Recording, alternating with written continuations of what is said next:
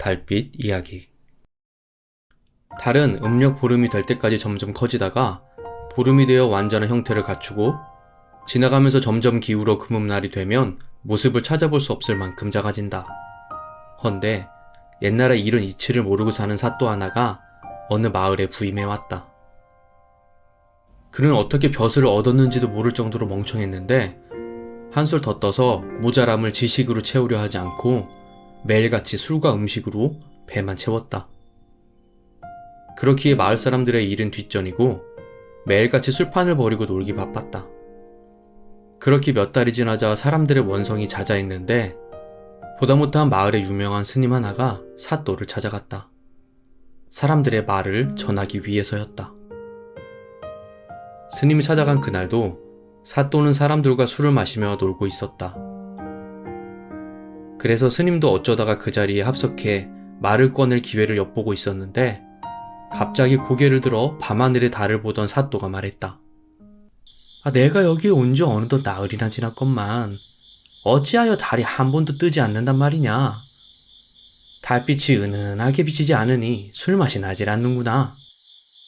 마침 그날은 금음날이었는데 달이 작아서 거의 보이지 않을 지경이었다. 그래서 사또가 달이 보이지 않는다고 불평을 들어놓은 것이었다. 마침 말할 기회만 엿보고 있던 스님이 입을 열었다. 사또, 오늘 같은 날 어찌 달이 뜨겠습니까? 스님은 오늘이 초하루 날이라 달이 안 뜬다는 뜻으로 말했는데 그것을 제대로 못 알아들은 사또가 엉뚱한 소리를 했다. 아니, 왜 안 뜬다는 말이냐? 이 고을에서 내가 와서 뜨지 않는다는 말이냐? 아니면 이 잔치가 재미없기 때문에 뜨지 않는다는 말이냐? 사또의 말을 들은 스님은 기가 막혔다. 무슨 달이 사람을 가려가면서 뜨는 것도 아니고 알고 보니 달이 차고 기우는 때도 모르는 멍청한 사또였던 것이었다. 그 사실을 알고 나자 갑자기 스님의 머리를 스쳐 지나가는 생각이 하나 있었다. 잔치가 흥하게 온 지금 이런 말은 하지 않으려 했지만 사실 사또의 정성이 모자라서 달이 뜨지 않는 겁니다. 정성이 모자라서 달이 안 뜬다고? 그게 무슨 말인가? 새로 오셔서 잘 모르시는 것 같은데 여기는 다른 곳과는 다릅니다. 이 고을은 부처님께 정성을 들여 공양을 올리지 않으면 환한 달을 볼 수 없는 곳입니다. 말 같지도 않은 말이었지만 스님의 능청스러운 연기가 더해지니 제법 그럴듯하게 여겨졌다. 그리하여 멍청한 사또는 그 말을 철석같이 믿고 대체 얼마쯤 공양해야 달이 뜨는지 물었다. 스님은 대충 돈 30냥 정도면 달을 볼 수 있을 거라고 말했다.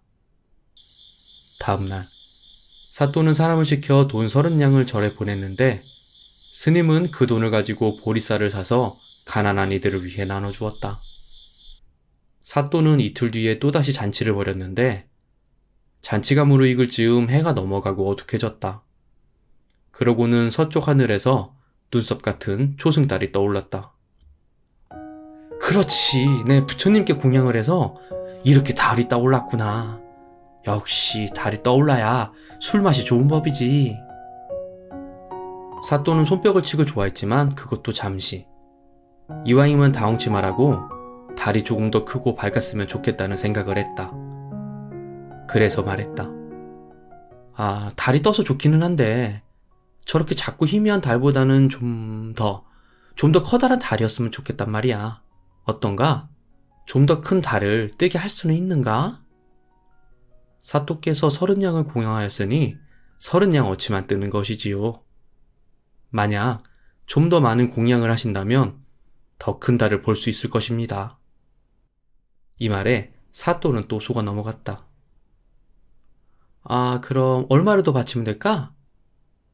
아마 100냥 정도면 더 크고 밝은 달을 볼 수 있을 겁니다. 다음날 사또는 사람을 시켜 100냥을 절에 시주했다.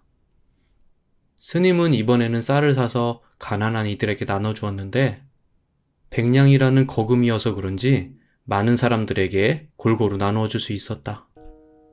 닷새가 지나고 난 뒤 사또는 또다시 잔치를 하는 도중 달을 보았는데 아닌 게 아니라 달이 조금 더 커지고 밝아진 것이 보였다. 음력 초 8해쯤 되니까 제법 좋은 반달이 된 것이었다. 그런데 아직도 반쪽짜리 달이어서 그런지 사또는 영 마음에 들지 않았다. 확실히 달이 더 밝고 커진 것은 틀림없는데 아직도 마음에 들지 않는구나. 저 달은 사또께서 바친 백냥어치 달이니까요. 아, 그래서 그렇구만. 아무리 그래도 반쪽짜리 달은 성에 차지 않는군.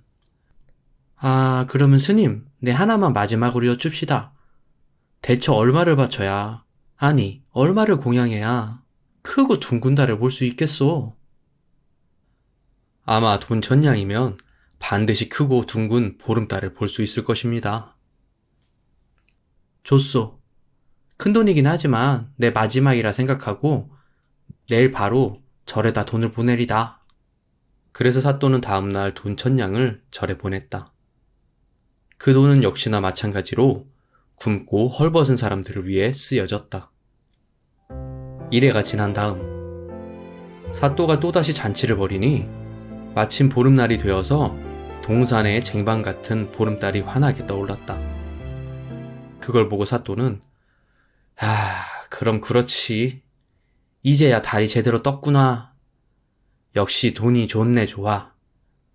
달이란 것은 본디 돈을 많이 먹여야 저렇게 살이 찌는 법이니까 말이지.